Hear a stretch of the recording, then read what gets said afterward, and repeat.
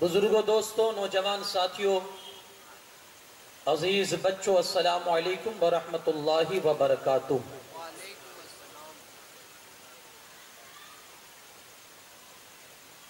الحمدللہ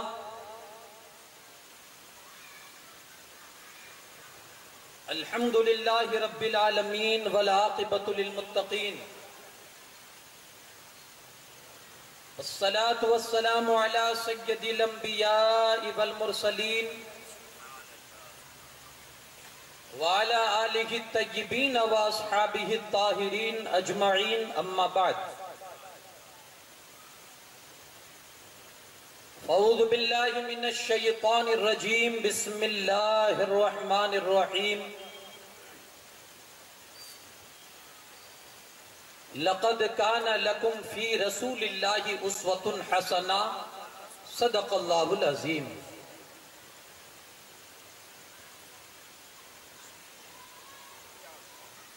آئیے سب سے پہلے انتہائی عقیدت اور احترام کے ساتھ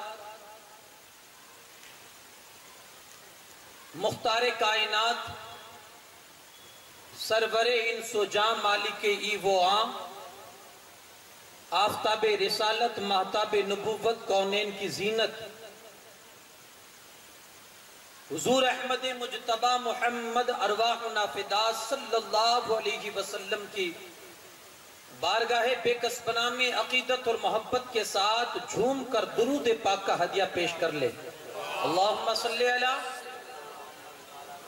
سیدنا شفیعنا نبینا مولانا محمد وبارک وسلم، صلاۃ و سلام دائما علیک یا رسول اللہ صلی اللہ تعالی علیہ وسلم۔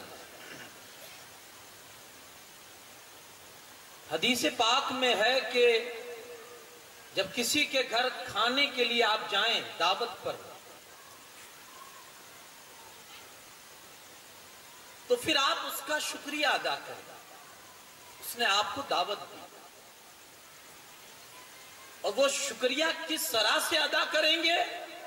تو حدیث میں ہے کہ آپ اس کے حق میں دعا کرو۔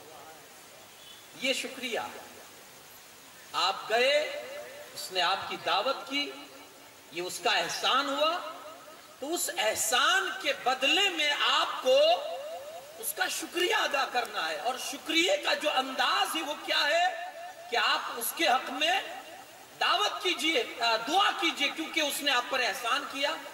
مجھے بتائیے، نبی پاک سے بڑھ کر ہم پر احسان کرنے والا اور کون ہے؟ جب ہم ایک وقت کا کسی کے گھر کھانا کھاتے ہیں تو اس کے لیے دعا کرتے ہیں، جن کے اتنے احسانات ہیں، تو کیا ان کی بارگاہ میں درود و سلام ہم نہیں پڑھ سکتے؟ تو ان کے احسانات کے سامنے ہمیں کیا کرنا چاہیے؟ درود پڑھنی چاہیے۔ کیونکہ حضور کا ایک فرمان ہے نا، میرا نام آئے مجھ پر درود نہ پڑھے بڑا بخیل ہے۔ بلکہ ایک روایت میں تو ہے، آپ درود یہاں بیٹھ کر پڑھیں گے نا، آپ کی زبان سے درود نکلا، وہی درود لے کر ایک فرشتہ اللہ کے رسول صلی اللہ علیہ وسلم کی بارگاہ پاک میں جاتا ہے، اور یوں جا کر عرض کرتا ہے، یا رسول اللہ صلی اللہ علیہ وسلم، فلاں جگہ سے فلاں کے بیٹے فلاں نے آپ کی بارگاہ میں درود پاک کا ہدیہ پیش فرمایا ہے۔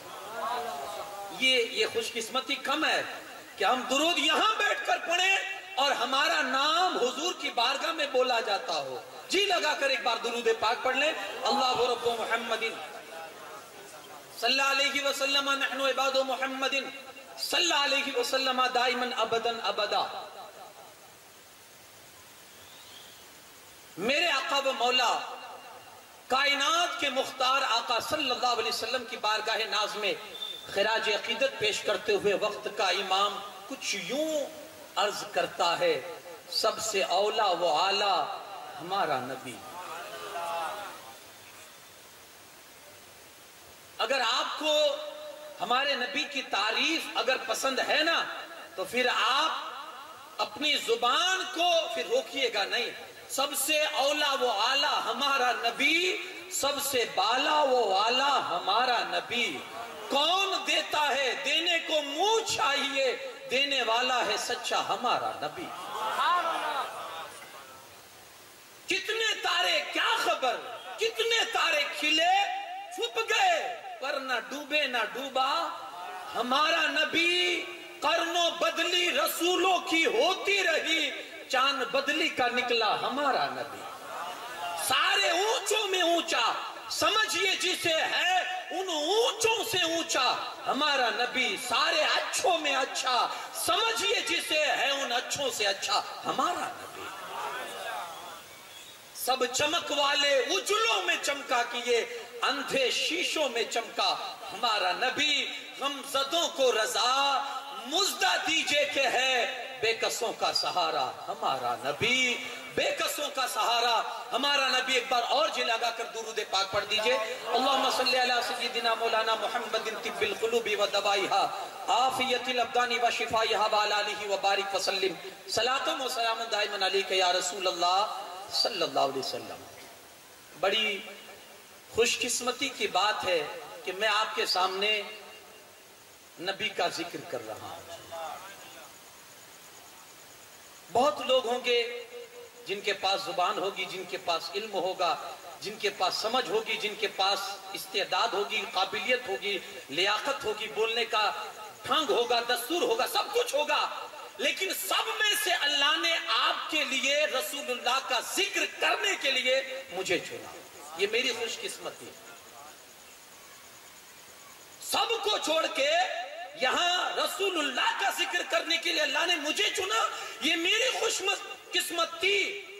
اور بہت سارے لوگ ہوں گے جو اپنے گھروں میں بیٹھے ہیں، کوئی مارکیٹوں میں بیٹھا ہے، کوئی دکانوں پر بیٹھا ہے، کوئی بازار میں بیٹھ کر اپنا وقت گزار رہا ہے، ان سب سے ہٹ کر آپ کو آپ کے گھر سے نکال کر رسول اللہ کی مجلس میں اللہ نے پہنچا دیا، یہ آپ کی خوش قسمتی ہے۔ کبھی چھوٹا دل مت کیجئے گا، بلکہ یہ تصور کر کے یہاں بیٹھیے گا کہ 1 گھنٹہ بیٹھ گئے ہیں، ہو سکتا ہے رسول اللہ کے ذکر کے بدلے اللہ ہمارا وہ 1 گھنٹہ ہماری مغفرت کا سبب بنا دے۔ خدا را اس نیت سے آئے، اس نیت سے آئے، میں آپ کا 1 گھنٹے سے زیادہ نہیں لوں گا، اگر مجھے کمیٹی والے مجبور نہیں کریں گے میں نہیں لوں گا، میں بڑے وقت کی پابندی سے بولتا ہوں۔ آپ 1 گھنٹہ مجھے دیجئے، میں کوشش یہ کروں گا کہ اپنے نبی کی سیرت آپ کو بتا سکوں، ہمارے نبی ہے کیا، کیونکہ یہ چیز جاننا بہت ضروری ہے اگر آپ اپنے نبی سے محبت کرنا چاہتے ہیں، کیونکہ جب تک جانیں گے نہیں محبت نہیں پیدا ہوگی، جان جائیں گے خود بخود محبت آ جائے گی۔ سیرت بیان بہت سارے لوگ کرتے ہیں، رسول اللہ کی سیرت پر بیان بہت ہوتے ہیں، آج میں آپ کو سیرت بیان کرنے کا طریقہ بتانا چاہتا ہوں۔ ہم نے تو یہ سمجھ لیا ہے کہ یہ صرف مولانا لوگ کا کام ہے، سیرت بیان کرے، ہے نا، لیکن یہ ذمہ داری میں آپ پر بھی ڈالنا چاہتا ہوں۔ صرف عالم کی یہ کام نہیں ہے کہ وہی سیرت بتائے اور ہم سنتے رہیں، سیرت ہے کیا؟ سیرت بیان کرنے کے 2 طریقے ہیں، رسول اللہ کی سیرت کو بیان کرنے کے 2 طریقے ہیں۔ آج پوری گفتگو میں بس اس چیز کو سمجھاؤں گا، اور کوشش یہ کیجئے گا کہ یہاں سے اٹھنے کے بعد ہم میں سے ہر رسول اللہ کا امتی اپنے نبی کی سیرت ہر وقت بیان کرتا رہے گا، کوشش کیجئے۔ پہلا طریقہ، نبی پاک صلی اللہ علیہ وسلم کی سیرت بیان کرنے کا پہلا طریقہ یہ ہے کہ آپ اپنے ظاہر اور باطن پر رسول اللہ کی زندگی کا ایسا اثر اتاریے کہ آپ کے اندر حضور کی گفتار، رفتار، انداز، اخلاق، کردار، کیریکٹر اس طرح سے آ جائیں کہ دنیا کا کوئی بھی انسان آپ کو دور سے دیکھے تو وہ یہ پہچان جائے کہ کوئی غلام مصطفیٰ آ رہا ہے۔ پہلا طریقہ کیا ہے؟ حضور کی سنت اور سیرت کو اپنے سانچے میں لائیے، اپنے ڈھانچے میں لائیے۔ پہلا طریقہ یہ ہے، صرف بیان کرنا ہی سیرت بیان کرنا نہیں ہے، ہمیں اپنے انداز کے اندر بھی سیرت لانی ہوگی، اپنے کردار میں بھی سیرت لانی ہوگی، اپنی گفتار میں بھی سیرت لانی ہوگی، گفتگو کے انداز میں بھی سیرت لانی ہوگی، ہمیں چال ڈھال میں بھی رسول اللہ کی ادائیں لانی ہوگی، یہاں تک کہ اپنے کیریکٹر اور کردار میں بھی رسول اللہ کے اسوے کو لانا ہوگا ہمیں۔ یہ سیرت ہے، یہی سیرت ہے۔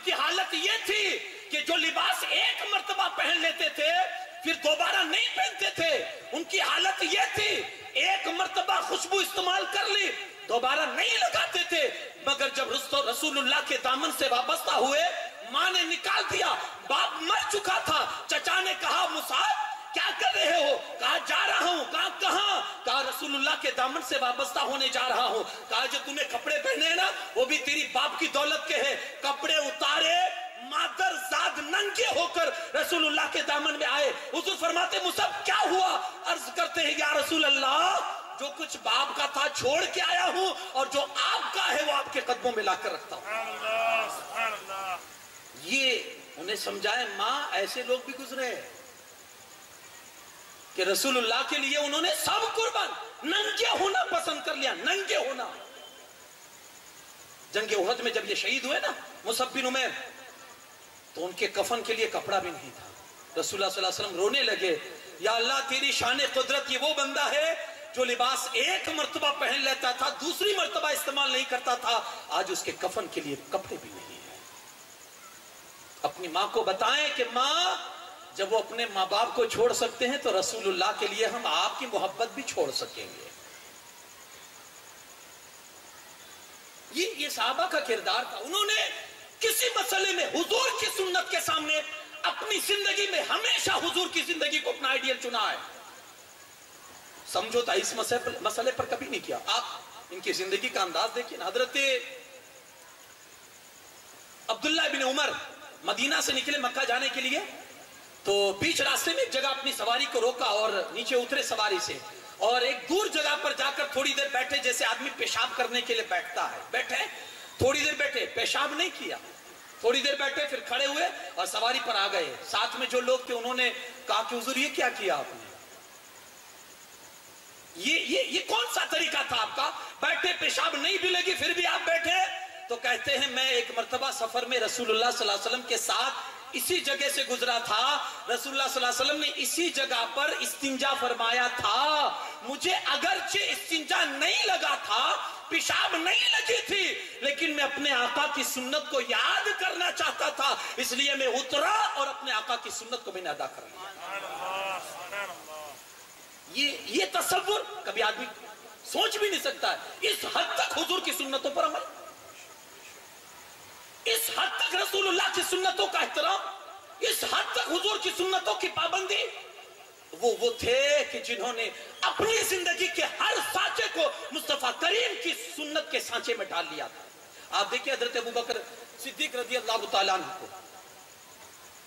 کہ زندگی ایسی گزاری کہ رسول اللہ کا انداز اپنی زندگی میں لے لیا، پوری حضور کے اخلاق کے کریمانہ، حضور کی عادت و اطوار، حضور کی چال چلن، حضور کی ڈھال، حضور کے انداز گفتگو، ساری چیز ابو بکر نے اپنے سینے میں محفوظ کر لی، اور چلتے ایسے تھے جیسے رسول اللہ چلتے ہیں، بولتے ایسے تھے جیسے حضور بولتے ہیں، کیونکہ یہ بھی تو ایک سیرت ہے نا، لوگوں کو سیرت بیان کرنے کا یہ بھی تو انداز ہے نا آج، اور یہ صحابہ کے ذریعے یہ سیرت ہم تک پہنچی ہے، حضور کا انداز، حضور کے بات کرنے کا لہجہ، حضور کے چال چلن، حضور کے کھانے کا انداز، حضور کے کھانے کی مرغوب اشیاء، یہ ہم تک کیسے پہنچی؟ صحابہ ہی نے تو پہنچائی اپنے عمل کے ذریعے، اپنے کردار کے ذریعے۔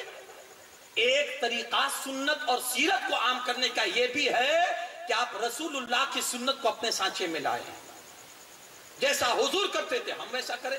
آپ دیکھیں حضرت ابو بکر صدیق کی زندگی، اللہ کے رسول صلی اللہ علیہ وسلم جب غار حرا میں تھے، فرشتہ آیا، پہلی وحی جب نازل ہوئی، اقرا بسم ربک الذی خلق، فرشتہ آیا اور اس نے دبایا آپ کو پکڑ کے اور کہا اقرا پڑھیے، حضور فرماتے مانا بقارئ، میں نہیں پڑھتا۔ 2-3 مرتبہ یہ بات چیت ہوئی تو انہوں نے کہا اقرا بسم ربک الذی خلق، تو حضور نے پڑھا، پھر وہ فرشتہ چلا گیا، حضور گھبرا گئے، گھبراتے ہوئے حضور اپنے گھر تشریف لائے غار حرا سے، تو حضرت ماں خدیجۃ الکبریٰ رضی اللہ تعالیٰ عنہ اس وقت حضور کے عقد میں تھی، حضور کی زوجہ محترمہ تھی، آئے حضور نے آ کر کہا یا خدیجہ زمیلونی زمیلونی، خدیجہ مجھے چادر اڑاؤ، لقد خشیت علی نفسی، میری جان کا خطرہ ہے۔ عرض کرتی اصلہ ہوا کیا؟ کہا ایسا سا مسئلہ پیش آیا غار کے اندر، تو کہا عرض کرتے حضور گھبرائیے نہیں، آپ کا رب کلا واللہ ما یخزیک اللہ ابدا، آپ کا رب آپ کو کبھی رسوا نہیں کرے گا. جس کی اتنی اچھی عادتیں ہو, انک لتصل الرحمہ, جو صلہ رحمی کرتا ہو, وہ تقری ضیف, مہمانوں کی مہمان نوازی کرتا ہو, وہ تعین علی نوائب الحق, وہ تکسب المعدوم, لوگوں کو کما کما کر کھلاتا ہو, اور جو لوگوں کو دین کے راستے میں مشکلیں سامنے آتی ہے ان کی مدد کرتا ہو. اتنی اچھی عادتیں جس انسان میں ہو, اللہ ایسے بندے کو رسوا کیسے کر سکتا ہے؟ حضور گھبرائیں نہیں, میرا یقین ہے آپ کا رب آپ کو رسوا نہیں کرے گا, بلکہ آپ کا رب آپ کو ہمیشہ عزتوں سے نوازے گا. گھبرائیں نہیں. اب یہ بات ہو گئی.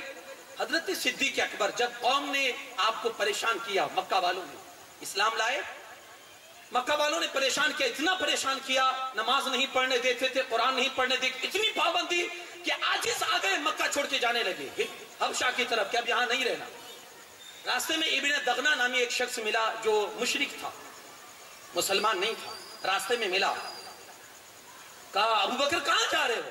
کہا تیری قوم کے رہنے والوں نے, یہاں مکہ کے رہنے والوں نے مجھے یہاں میرا رہنا دو بھر کر دیا, مشکل کر دیا. اب سوچتا ہوں کہ کہیں دور علاقے میں نکل جاؤں اور اللہ اللہ کر کے اپنی زندگی گزار دوں. کہا ابو بکر تم جیسا آدمی مکہ چھوڑ کے جائے, ایسی اچھی عادت ہے؟ اس نے وہی جملے کہے جو حضرت خدیجہ نے حضور کی شان میں کہے تھے. میں آپ کو یہ بتانا چاہتا ہوں کہ صحابہ نے اپنے عمل سے نبی کی سیرت کا پرچار کیسے کیا تھا. حضرت خدیجہ نے آ کر اس کافر کو بتایا نہیں تھا کہ میرے نبی کی شان یہ ہے, لیکن ایک کافر جب ابو بکر کی شان بیان کرتا ہے تو وہی بیان کرتا ہے جو ماں خدیجہ نے رسول اللہ کی شان بیان کی تھی. کیا کہتا ہے ابو بکر آپ جیسا, انک لتصل الرحمہ, آپ تو صلہ رحمی کرتے ہو, وہ تکسب المعدوم, غریبوں کو کما کما کر کھلاتے ہو, وہ تعین علی نوائب الحق, مہمان نوازی کرتے ہو, اور حق کے راستے میں جو لوگوں کو تکلیفیں آتی ہو اس کی مدد کرتے ہو. یعنی جو صفتیں ماں خدیجہ نے ہمارے نبی کی بیان کی تھی, وہ کافر وہ ساری صفتیں, ساری خوبیاں ابو بکر کی شان میں بیان کر رہا ہے. مطلب یہ ہے صحابہ نے اپنے عمل کے اندر, اپنی زندگی میں مصطفیٰ کی سیرت کو ایسا لا لیا تھا کہ اب کوئی بھی دیکھتا تھا تو ان کو پتا چل جاتا تھا کہ یقیناً یہ کوئی غلام مصطفیٰ آ رہا ہے. میرے بھائیوں, یہ سیرت کا پرچار ہے. آپ سیرت پڑھتے ہیں, آپ سیرت سنتے ہیں, کبھی پرچار بھی تو اس انداز سے پرچار ہوتا ہے کہ آپ کی شکل و صورت کو دیکھ کر کوئی اندازہ لگا لے یہ کوئی مسلمان ہے, مصطفیٰ کا امتی ہے, رسول اللہ کا کوئی غلام ہے. یہ ہمارا کردار ہونا چاہیے, لیکن ہم نے یہ کردار چھوڑ دیا ہے. ہم اس میں بالکل زیرو ہو چکے ہیں. آج زمانہ بڑی تیزی کے ساتھ ہماری تہذیب کو, ہماری آئیڈینٹیٹی کو, ہماری شناخت کو مٹا رہا ہے. آپ نہیں جان رہے ہیں. آج بڑی ایک پلاننگ کے تحت سازش چل رہی ہے کہ ان کی تہذیب مٹا دو تاکہ یہ واپس پھر دنیا پر ابھرنے نہ پائیں. ایک وقت تھا ہماری کوئی آئیڈینٹیٹی تھی, لوگ ہمیں دیکھ کر مسلمان ہوتے تھے, ایک وقت تھا. لیکن آج کوئی بھی مسئلہ ہو, کوئی برائی کی بات ہو, بد اخلاقی کی بات ہو, تو وہاں سب سے پہلے مسلمان کا تذکرہ ہوتا ہے. یہ ہمارے لیے رونے کی بات ہے. مجھے یاد پڑتا ہے کہ ملک اندلس سے جب مسلمانوں کی حکومت جب گئی ملک اندلس سے,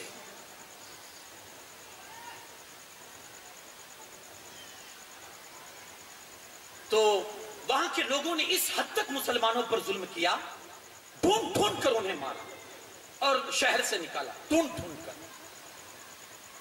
کچھ مسلمان جو تھے وہاں چھپے چھپے, انہوں نے اپنا حلیہ چینج کر لیا, لباس بدل لیا, داڑیاں کٹوا ڈالی, ٹوپیاں اتار ڈالی, نام چینج کر دیے اور رہنے لگے.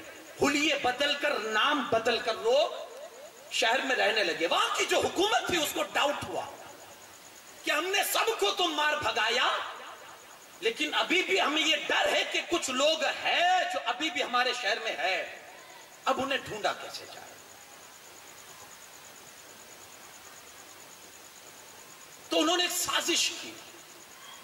دیکھیے ہماری کل تک جو آئیڈینٹیٹی تھی, ہماری شناخت تھی, ہماری جو پہچان تھی وہ کیا تھی, اور اس پہچان کے ذریعے مسلمانوں کو کیسے پہچانا جاتا تھا. آپ دیکھیں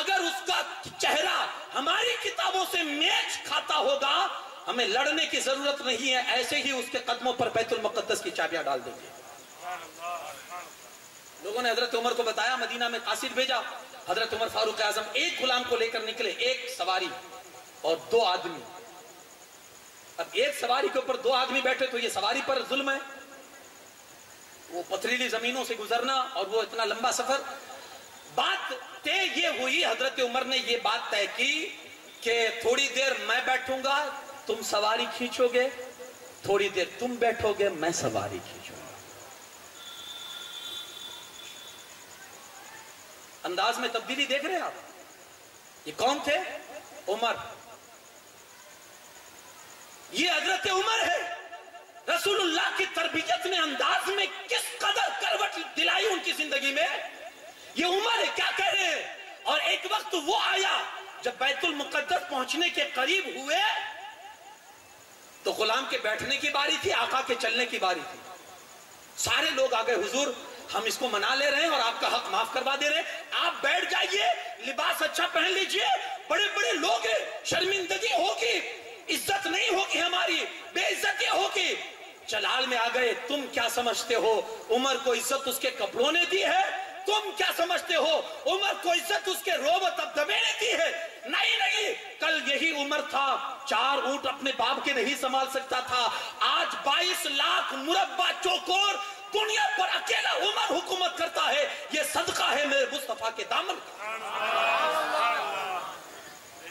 یہ تبدیلی مجاز میں عمر کے کہاں سے آئی؟ ماننا پڑے گا یہ مصطفیٰ کے اخلاق کا اثر تھا، مصطفیٰ کی تربیت کی تاثیر تھی جو عمر کے دل کے اندر تھی کہ غلام کی اتنی رسپیکٹ، اتنی عزت، اتنا احترام کہ جتنا اپنا سواری یوز کرتے ہیں غلام کو بھی اتنا ہی کرواتے ہیں۔ یہ سیرت ہے۔